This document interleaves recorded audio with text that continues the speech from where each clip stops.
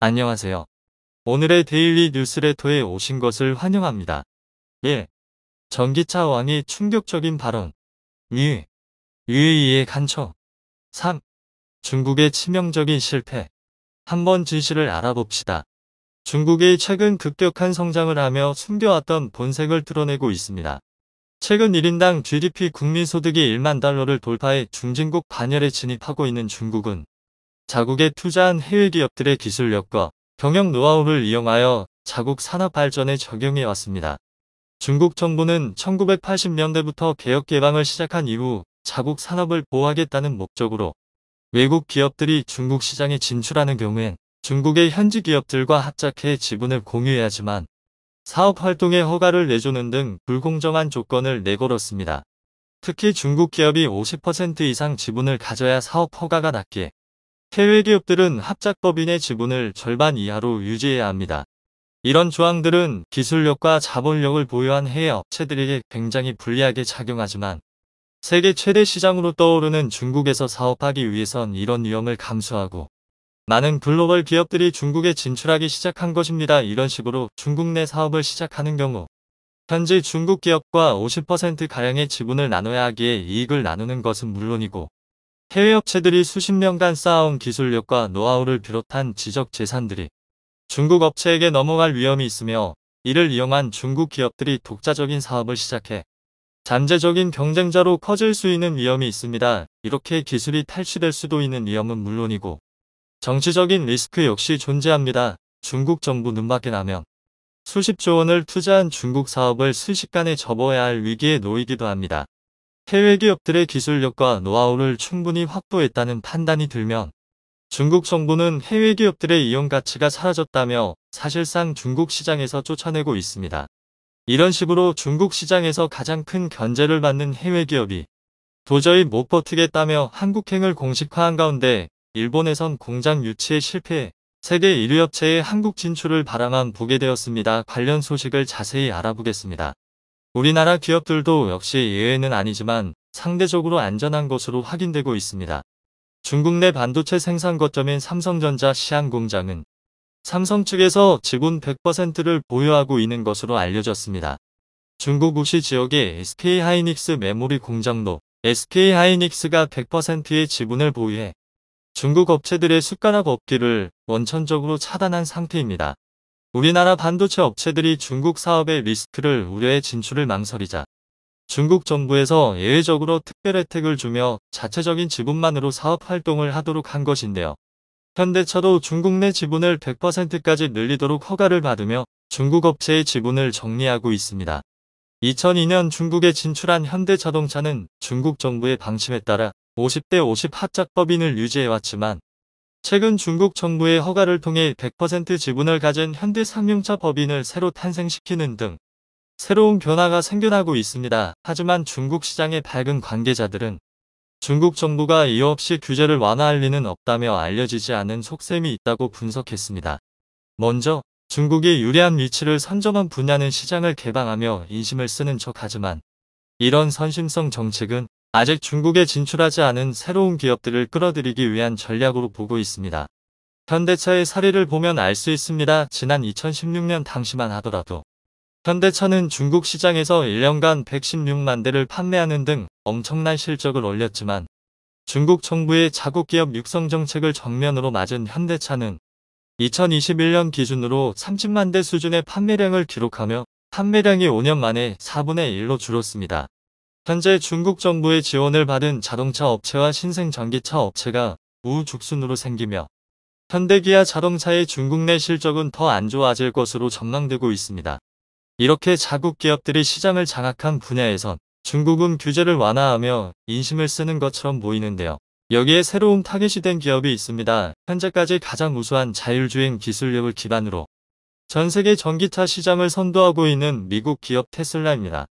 중국 기업의 전기차 역량이 부족하던 시절 중국 당국은 테슬라를 유치하기 위해 삼성전자나 SK하이닉스에게 제공되었던 혜택과 비슷한 100% 지분 보유를 허용했으며 중국에서 생산된 전기차에 대해 10%의 소비세를 면제해주는 등 혜택을 주었습니다. 하지만 중국의 전기차 기업들이 우후죽순 생기고 자리를 잡기 시작하자 테슬라를 내치기 위한 작업에 돌입하고 있습니다. 오토파일럿 자율주행 기능에 특화된 테슬라 차량은 8개의 카메라를 이용해 360도를 관찰할 수 있고, 이렇게 수집된 데이터는 테슬라 본사로 전송돼 더 높은 수준의 자율주행 기술을 개발하는데 활용되는 더 이런 식으로 테슬라 차량이 중국의 정보를 빼간다며 중국 당국의 행정명령으로 일부 지역에서 테슬라의 통행이 제한되고 있습니다. 중국 최고 위층이 모이는 허베이성의 베이다이어는 한국으로 치면 여의도와 같은 지역으로 정치인과 기업가들이 모여드는 곳입니다. 중국 당국은 해당 지역에 테슬라 차량이 들어오게 되면 고위급 인물과 관련된 정보가 유출될 수 있다며 진입을 통제하고 있습니다. 하지만 이런 조치의 근본적인 목적은 테슬라 차량을 견제하기 위한 명분에 불과합니다. 얼마 전엔 중국군 부대 주변에서 테슬라 차량이 돌아다니지 못하게 통제했고, 며칠 전엔 중국 정부 청사 건물에 테슬라 차량이 진입하는 것을 통제했습니다. 군사시설이나 정부시설에 출입하지 않더라도 근처에도 못 가게 막아 세우며 테슬라 차량 사용을 제한해 불편함을 가중시켜 중국 국민들의 테슬라 차량 구매 의사를 인위적으로 통제하는 것입니다. 테슬라는 중국 내 전기차 사업 초기 잠시나마 판매량 1위를 기록한 적이 있었지만 얼마 지나지 않아 순식간에 2위로 내려앉았고 올해는 3위를 기록하고 있습니다. 갈수록 중국 현지 업체들에게 밀려 점유율이 하락하고 있는 상황입니다. 현재 중국의 전기차 시장 점유율 1위부터 15위까지 기업들 중에서 3위인 테슬라를 제외하면 모두 중국 업체들입니다. 처음엔 중국 시장의 거대함에 속아 진출하지만 막상 진출하고 나면 중국 정부의 자국 기업 육성 정책의 기술과 자본 모든 것을 이용당하고 결국 중국 사업을 철수하는 구조로 변하는 게 모든 글로벌 기업들이 한 번씩 겪는 일입니다. 여기에 수개월간 지속된 상하이 봉쇄를 통해 상하이 공장 생산에 직격탄을 맞은 테슬라는 중국 시장의 한계를 정면으로 체감해 사실상 철수 작업에 준하는 대책 마련에 나서고 있다고 밝힌 가운데 그 대안으로 한국 공장이 1순위로 검토되고 있다며 업계 관계자들은 전하고 있습니다. 상하이 봉쇄가 시작되며 중국에서 제대로 된 생산이 불가능해지자 테슬라 최고 경영자 일론 머스크는 중국 이외의 아시아 국가에 공장을 세울 수 있다고 언급했습니다. 이 발언은 사실상 한국을 겨냥한 발언으로 보는 이유가 있습니다.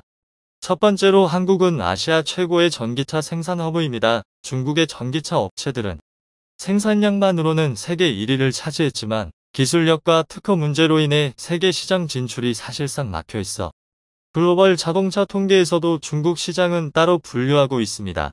한국 현대기아의 전기차는 미국 시장에서 점유율 2위를 기록 중이며 유럽 시장에서 점유율 3위를 기록 중입니다. 특히 유럽 시장의 경우 앞에 1위 기업은 소형 전기차만으로 점유율을 올렸기에 사실상 한국이 2위나 마찬가지라고 보는 시각입니다. 게다가 한국 내부엔 세계 최대 반도체 공장과 전기차용 배터리 공장이 자리 잡고 있습니다. 온갖 첨단 전자장비로 무장한 전기차의 생산 기조로 한국만큼 적합한 곳이 없다는 상황입니다. 하지만 일본은 후보에도 들지 못하고 있습니다. 일본은 내연기관 차량에선 좋은 실적을 내고 있지만 전기차 사업에서는 점유율을 1%도 갖추지 못해 머지않은 미래 전기차 산업이 주류가 될 경우 일본의 자동차 제조업은 반도체 산업을 따라서 역사적으로 사라지게 될 것이란 전망이 나오고 있습니다. 게다가 몇 년 전까지 점유율 1위를 하던 일본의 배터리 산업도 한국의 공격적인 배터리 투자에 밀려 1위 자리를 내주게 되었습니다. 여기에 일본은 아날로그식 산업 구조를 갖추고 있어 전기차의 보급률이 선진국 가운데 최하위에 속합니다. 반면 한국은 빨리빨리의 민족답게 세계에서 가장 빠른 속도로 전기차가 보급되고 있고 전기차 인프라도 빠르게 갖춰가고 있습니다. 중국에서 밀려난 세계 1위 전기차 업체가 한국 시장의 자리를 잡아야 될 이유는 충분합니다. 산업 구조적으로도 한국이 유리한 이유가 있습니다. 한국은 수출 중심의 국가로 전 세계 수많은 국가들과 자유무역 협정 FTA를 체결함은 물론 경제협력기구에 가입해 수출하는 데 유리하도록 노력해왔습니다. 한국에서 생산된 제품들이 미국과 유럽 등 거대 시장에서 사실상 무관세로 수출되고 있고 이는 국제제재로 중국산 제품이 미국과 유럽에서 보복 관세를 맞이하는 것과는 비교됩니다. 여기에 인도까지 가세하고 있습니다. 지난 5월 인도 당국은 중국에서 생산한 테슬라 차량을 인도에서 판매할 생각조차 하지 말라며 일방적으로 통보했습니다.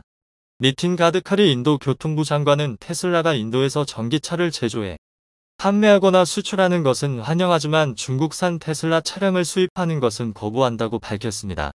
이는 사실상 인도에 공장을 지으라는 압박이기도 하지만 중국이 아닌 해외 공장에서 생산된 테슬라 차량에 대한 수입 관세 인하도 협의 중으로 알려졌습니다. 즉 중국만 아니면 된다는 뜻으로 2010 한국과 인도는 자유무역 협정 FTA보다 더욱 강력한 포괄적 경제동반자 협정 케파 협정을 체결한 상태로 한국에서 생산된 테슬라 차량의 인도 시장 진출도 무료 역시 진행될 가능성이 큽니다. 중국 정부는 자국 공무원 연구 개발자들을 향해 테슬라 차량을 타지 말라는 지시를 내렸고 이런 흐름은 언제든 중국 시장에 진출한 해외 기업들이 당할 수 있는 일입니다.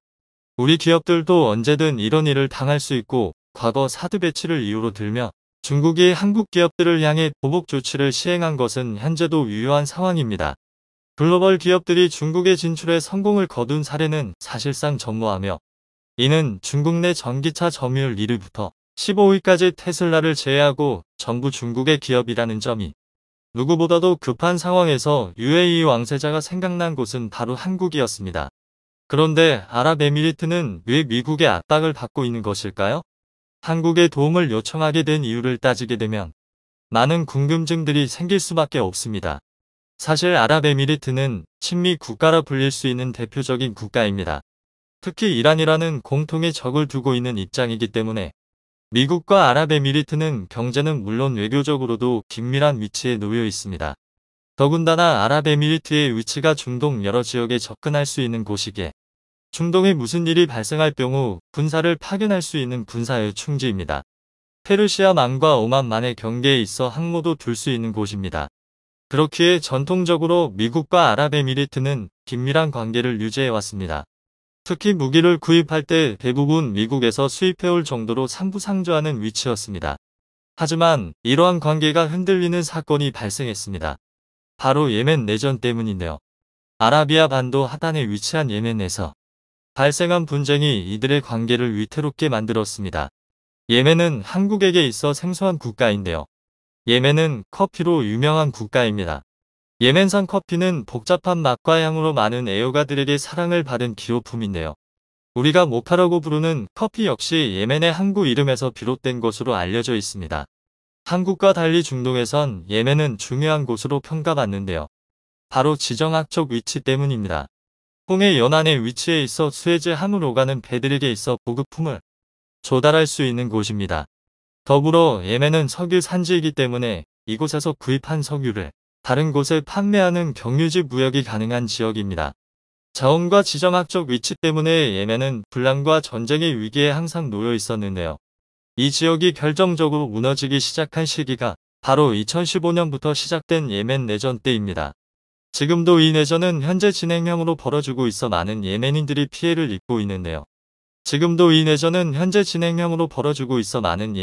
피해를 입고 있는데요.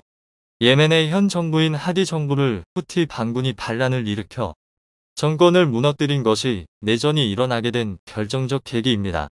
이로 인해 정통 정부였던 하디 정부는 산악지대로 피신하고 후티 반군이 예멘 지역을 장악하게 되었는데요. 하디 정부가 완전히 소멸된 것이 아닌 상황이라 후티 반군과 하디 정부가 각각 자신이 예멘의 합법적인 정권이라 주장하는 바람에 무려 6년이 넘는 시간 동안 전쟁이 지속되었습니다. 예멘 내부의 전쟁이라면 쉽게 끝났을 수도 있는 상황이었지만 문제가 더 복잡해진 것은 이것이 해외 강대국의 대리전쟁으로 발전되었기 때문이에요. 이란 정부가 후티 반군을 지지하면서 군수물자를 보내고 있는 상황에 사우디아라비아는 물론 아랍에미리트도 참전을 하지 않을 수 없는 상황이 되었습니다. 그러지 않아도 사이가 나쁜 이란과 아랍에미리트 관계였는데 예멘의 친이란파 정부가 들어서게 된다면 아랍에미리트 입장에서도 골치가 아픈 일인데요. 아랍에미리트는 하디 정부의 정통성을 지지하면서 하디 정부에게 군수 물자를 지원하기 시작했습니다. 특히 아랍에미리트가 수입한 미국 무기가 하디 정부에게 전달되면서 전쟁은 더 격화되었는데요. 대량 살상 무기 수준인 미국의 무기가 내전에 사용되고 있다는 보도들이 언론에 나오면서 미국은 난처한 입장에 빠지게 되었습니다. 세계의 평화를 수호한다는 미국의 기치와 반대되는 일이기 때문에 미국은 결국 칼을 빼들었습니다. 조 바이든 행정부가 집권하면서 예멘 내전에 개입하는 아랍에미리트와 사우디아라비아에 무기 수출을 금지하는 명령을 내리게 되었습니다. 이로 인해 아랍에미리트는 미국과 계약된 최신 전투기는 물론 다연장 로켓 역시 받을 수 없게 되었습니다. 아랍에미리트로서는 치명적인 타격이라 할 수 있는데요. 특히 최신 기종인 F-35 스텔스 전투기를 미국으로부터 수입할 수 없게 된 것이 아랍에미리트에게는 문제가 되었습니다. 트럼프 정부와의 계약을 통해 수입받기로 한 무기의 금액만 230억 달러였기에 급한 불이 떨어진 셈입니다. 설상가상으로 미국의 제재에 다른 유럽 국가들도 동참했는데요. 아랍에미리트와 무기 수출 계약을 맺은 이탈리아는 미사일을 비롯한 무기 수출을 잠정 중단하기로 결정했습니다. 이탈리아의 디마이오 외무장관은 평화를 위한 메시지이며 인권에 대한 존중은 무너뜨릴 수 없는 원칙이라는 표명과 함께 아랍에미리트의 행동을 저격했습니다. 다른 국가들도 미국과 유럽의 제재 때문에 선뜻 무기 계약을 하기 어렵다는 뜻을 밝히며 발을 빼고 있었습니다. 아랍에미리트의 실권자인 무함마드 빈 자이드 알 나흐얀 왕세제는 고민에 빠졌는데요. 그럼 그에게 떠오른 국가가 바로 한국이었습니다. 최근 아랍에미리트 정부가 한국산 다연장 로켓 시스템인 천무를 구매했다는 소식이 들렸습니다. 무려 9천억 원에 달하는 금액의 계약이었는데요. 천무를 개발한 하나디펜스 역시 현지 언론의 보도에 발맞춰 아랍에미리트와의 계약이 무사히 성사되었다는 소식을 전했습니다. 한국에서 대규모의 무기 수출 계약을 맺은 것은 오랜만의 일입니다. 앞서 미국의 MSI 하이마즈 12대를 먼저 도입하여 운영하고 있었지만 동굴진지를 이용하여 게릴라 전술을 펴는 적에게 피해를 주기에는 역부족이었습니다. 하지만 한국은 영평도 포격 사건 이후로 북한군의 해안포와 장사정포 진지를 정밀 파괴할 수 있는 무기를 개발했습니다.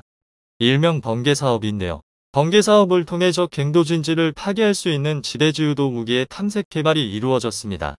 이와 동시에 한화는 당시 UAE 측의 게릴라들이 숨은 동굴 진지를 타격할 수 있는 지하관동 유도탄이 개발됨을 소개하였고 이에 관계가 맞아떨어진 UAE는 이미 2017년 당시부터 강력한 관심을 표명하였습니다. 이번 거래는 아랍에미리트에서 열리는 국제방위전람회 이덱스에서 체결된 계약으로 천무 시스템은 물론이고 미사일, 탄약까지 구매하기 위한 계약입니다. 하나디펜스가 개발한 천무는 미국의 MLRS의 차세대 다연장 로켓 시스템과 많이 닮아있어 성능 면에서도 그 우수성을 입증했는데요. 하지만 MLRS보다 성능이 우수한 유압구동 장치와 디지털 제어 장치를 탑재하고 있습니다. 이로 인해 고도와 방위각의 동시 구동이 가능해 사격 시간이 MLRS보다 20초가량 짧은 장점을 지니고 있습니다. 디펜스 시스템에 있어 시간이 20초나 단축되었다는 것은 기술적인 우위를 확보했다고 봐도 과언이 아닌데요. 이번 계약이 적극적으로 성사된 것은 아부다비 왕세자를 비롯 UAE의 고위 인력들, 이 한국의 방산업체 적극적으로 계약 타진을 촉구했기 때문으로 알려졌습니다. 특히 이번 계약이 성사되기에는 외부의 압력도 무시할 수 없는 요소였는데요. 바이든 행정부가 국외 분쟁에 대한 개입의 방침을 바꾼 것과도 직접적인 연관이 있습니다. 현재 예멘 내전에 돌입한 UAE 입장에서는 미국의 무기를 공급받지 못할 경우 화력에서 뒤질 수 있는 가능성이 있었는데요. 이번 한국의 무기를 수입할 수 있게 되면서 화력적인 측면에서 부족한 부분을 보충할 수 있게 되었습니다. 이미 UAE는 지난 2017년에도 한국의 미사일 요격 시스템을 수입하기 위해 한 차례 회동을 가진 바였습니다. 한국형 미사일 방어 체계 캠드 시스템을 수입하고자 했었는데요. 한국형 공격형 방위 체계를 통해 날아오는 미사일을 요격하고 동시에 호목 미사일 방어 체계가 바로 캠드라 할 수 있는데요. 이 시스템을 수입하기 위해 한국의 무기도 수입하려는 움직임을 보였습니다. 특히 저층에서 요격하는 미국산 패트리어트 시스템을 비롯해 국산 지대공 미사일인 천궁과 장거리 지대공 미사일이 캠드 시스템 내에 포함되어 있어서 한국에서 개발한 천궁 역시 교섭 대상이었습니다. 특히 캠드 체계에서 핵심 무기 체계인 지대공 미사일 엠셈을 한국이 양산할 수 있었던 터라 협력이 매우 긍정적이었습니다. UAE의 지리적 조건 역시 한국보다 우수한 상황이라 더욱 긍정적인 결과를 노려볼 수 있었는데요. 한국의 영토는 산악지대가 많고 설치 지역이 주로 산악이 좁은 지형이라 미사일 방어 체계를 구축하는 데 있어 제한적인 부분이 많지만 UAE의 경우 사막의 넓은 지대가 갖춰져 있어 캠들을 100% 활용할 수 있었습니다. 다만 비용과 정치적인 문제로 인해 협상은 타결되지 못했지만 한국 정부의 적극적인 태도와 생각 이상으로 우수한 성능 때문에 아랍에미리트 입장에선 긍정적인 이미지로 남아 있었는데요. 이러한 사전 협력이 있었기 때문에 대규모 무기 계약이 체결될 수 있었습니다. 아랍에미리트는 한국에 이미 여러가지 도움을 받은 국가인데요. 최근 한국 항공우주 기술을 배운 아랍에미리트는 화성 탐사위성 아마를 화성 궤도에 진입하는 데 성공했습니다. 또한 스마트팜 기술도 한국에서 배워 현재 건설 중에 있는데요. UAE 농업기술회사 스마트에이커스는 스마트팜 제조시설에서 상추를 재배해 일반 소비자에게 판매하기 시작했습니다. 한국 스마트 농업기술 회사인 에이싱의 도움 덕분에 설비와 기술을 지원받고 실제 소비자 판매까지 이어질 수 있었던 것인데요. 과거 중동건설 일꾼으로 외화벌이를 했던 것을 생각해보면 아랍에미리트와 한국은 질긴 인연을 이어가고 있습니다. 이런 인연이 쌓였기에 대규모 무기 거래도 이루어진 게 아닐까 싶습니다. 앞으로도 한국과 아랍에미리트가 좋은 관계를 이어가면서 외교는 물론 최근 미국의 금리 인상 기조가 이어지면서 세계 경제에 들이온 어두운 그림자가 더욱 짙어지고 있습니다. 물론 우리나라 경제도 안 좋은 영향을 받고 있지만 그동안 막대한 부채를 통해 건강하지 못한 경제 성장을 해온 국가들 위주로 위기가 더욱 증폭되고 있는데요. 그 중에서도 경제 전문가들이 가장 예의주시하는 국가는 바로 중국입니다. 올해 상반기까지 중국의 국가부채는 국내 총생산 GDP의 275%를 기록하는 등 역대 최대 수준에 도달한 상태인데요. 문제는 중국 내 모든 동계어 부채 등 대외적으로 알려지는 데이터는 중앙정부의 강력한 통제 안에 있어 어느 정도 불리한 점을 감추고 유리한 점을 부각시키는 것이 가능합니다. 그 결과 중국의 자본 금융시장은 다른 선진국에 비해 불투명하다는 것이 익히 알려져 있고 결정적으로 중국에 투자하는 해외 투자자들의 불안 심리를 가중시킬 만한 요소와 데이터는 중앙정부 차원에서 축소시키기도 글로벌 신용평가 기관들은 중국 중앙정부에서 밝힌 경제 관련 정보를 완전히 신뢰하지는 않고 있습니다. 그럼에도 현재 중국 당국은 자국의 부채 수준을 감당할 수 있다는 계산이지만 미국 기준금리가 높아지면서 중국이 부담해야 하는 부채와 이자 비중 역시 눈덩이처럼 커지고 있습니다. 과거처럼 중국 경제가 급성장하던 시기라면 부채와 이자가 급증하더라도 더 높은 성장률로 메꿀 수 있지만 문제는 이를 뒷받침해주던 중국의 성장 동력이 점점 꺼져간다는 것입니다. 게다가 중국이 급성장하던 시기에 진행한 1대1로 프로젝트를 통해 경제 사정이 좋지 못한 개발도상 국가들에게 막대한 자본을 빌려주고 높은 이자로 돌려받고자 했지만 스리랑카와 파키스탄들 1대1로 참여국들의 디폴트가 이어지면서 중국이 그들에게 빌려준 자금 회수가 불투명해진 상황입니다. 중국 역시 대출해준 자금을 회수하지 못한다면 중국은행과 금융권을 중심으로 연쇄적인 디폴트가 확산되는 것이 우려되고 있습니다. 이 밖에도 중국 경제가 예전만 못하다는 근거 중 첫 번째는 생산 가능 인구수 감소입니다. 불과 몇 년 전까지만 해도 출산율이 높아 산하 제한 정책을 펼쳤던 중국은 현재 일본보다 출산율이 낮아진 상태이며 2022년을 기준으로 인구 감소 단계에 접어들어 생산 가능 인구수가 점차 줄어든다는 것입니다. 두 번째로 글로벌 기업들의 탈중국 러시입니다. 많은 인구수와 저렴한 인건 비용 그리고 대규모 시장은 글로벌 기업의 중국 투자를 이끌어왔는데요. 글로벌 기업들의 기술력과 자본을 충분히 흡수한 중국은 현재 노골적인 지국 기업 우대 정책으로 해외 자본을 배척하고 있습니다. 중국 내에서 해외 기업들이 영향력을 가지는 것보다 해외 기업을 벤치마킹해 성장한 자국 기업을 정부 보조금까지 주면서 키우고 있는데요. 이에 반발한 미국, 유럽 등 서방 세계에선 불공정한 기업 환경을 조성한 중국을 제재 중으로 대표적으로 반도체를 비롯한 첨단 산업에서 중국의 발전을 막고 있는 것입니다. 중국은 세계 1위의 반도체 수입 국가로 2021년 기준으로 반도체 수입 금액은 4,700억 달러, 우리 돈 622조 원에 달합니다. 반면 중국의 석유 수입량은 300조 원 수준으로 중국은 석유를 수입하는 것보다 2배나 많은 양의 반도체를 수입하고 있습니다. 우리나라 1년 예산이 600조 원 수준인 것을 감안하면 중국의 반도체 수입량이 상상을 초월하는 것을 알 수 있지만 반대로 이런 통계를 통해 중국의 반도체 독립은 사실상 불가능한 수준이라는 걸 알 수 있습니다. 시진핑 주석은 반도체 굴기를 통해 2025년까지 반도체 필요량의 70%를 자급자족하겠다는 계획은 이미 물거품이 되었고 현재 중국 반도체의 자급률은 4% 수준에 불과합니다.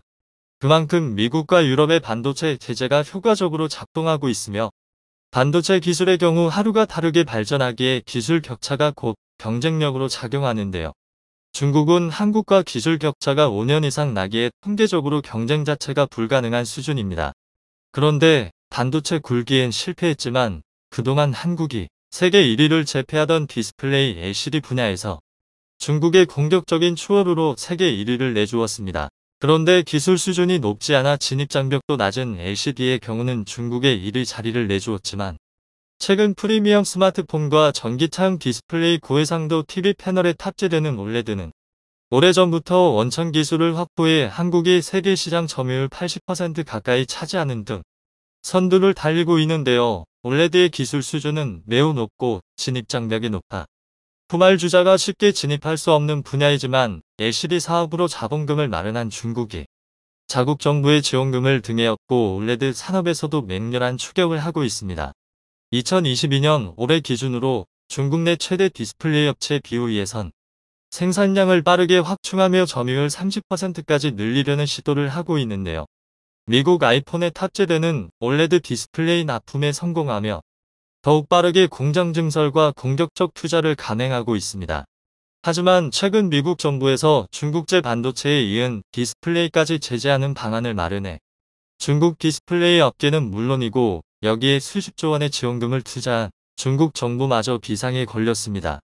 미국 현지 다수의 IT 매체와 경제지에선 미국 정부가 중국 디스플레이 업체에 납품되는 핵심 소재와 제조 장비 수출을 제한하도록 하는 방안을 검토 중이고 해당 제재가 시행되어 중국제 디스플레이가 퇴출되는 경우 글로벌 경제에 미치는 영향과 스마트폰, 자동차부터 TV 시장까지 디스플레이가 사용되는 산업 전반에 미치는 영향을 검토 중이라는 소식이 전해졌습니다. 이번에도 중국은 디스플레이 제재를 정면으로 받을 수밖에 없는 이유가 있는데요. 제일 먼저 디스플레이 생산의 핵심 제조 장비는 전부 미국의 특허가 적용되어 생산되고 있습니다.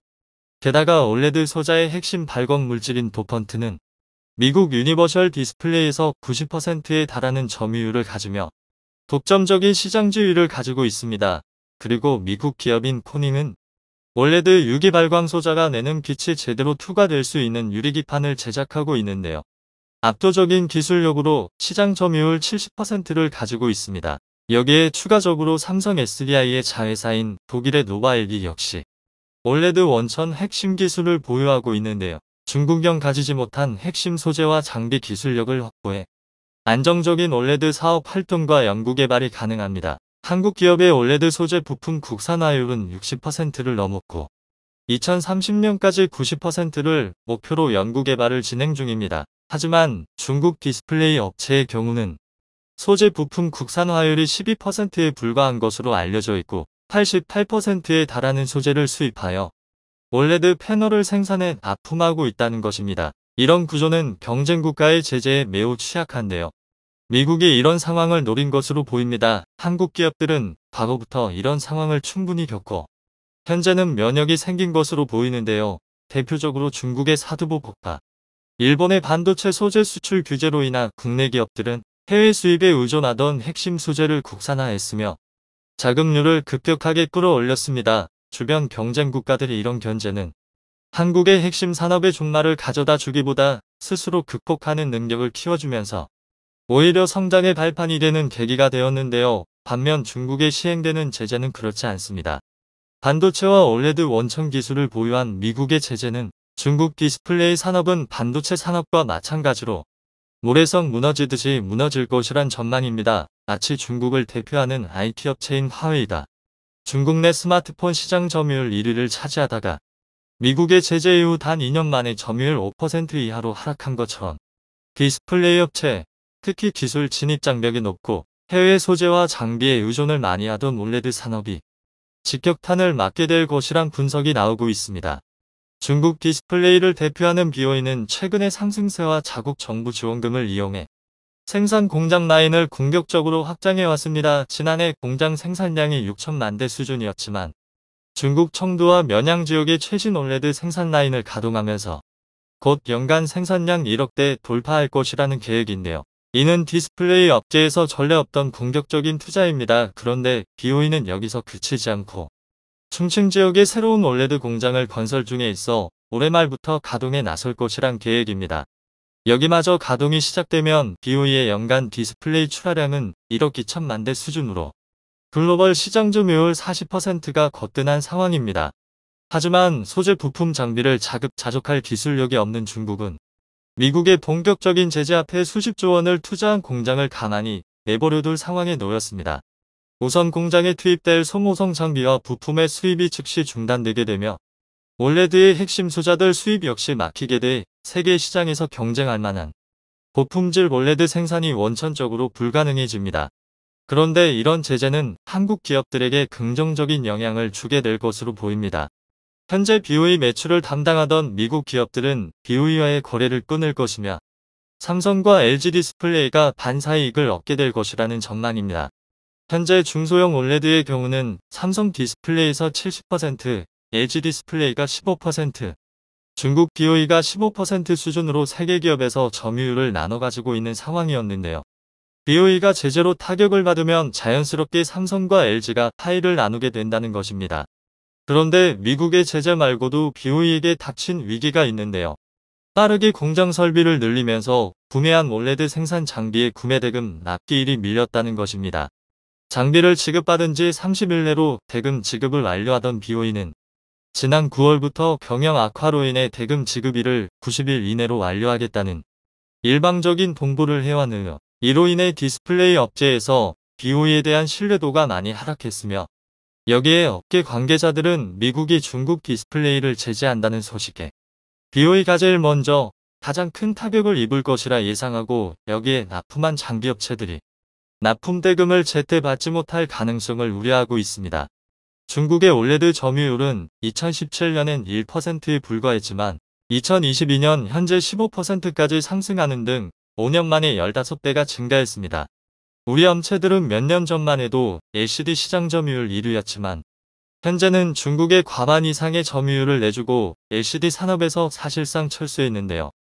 고급 기술이 투입되어 고부가 가치를 낼 수 있는 올레드에서도 중국의 추격의 꼬리가 잡힐까 하던 우려는 미국의 글로벌 제재로 일단락될 것으로 보입니다. 영상이 도움이 되셨다면 구독과 좋아요 부탁드리며 오늘도 감사합니다. 최고로 멋진 하루 보내시길 바랄게요.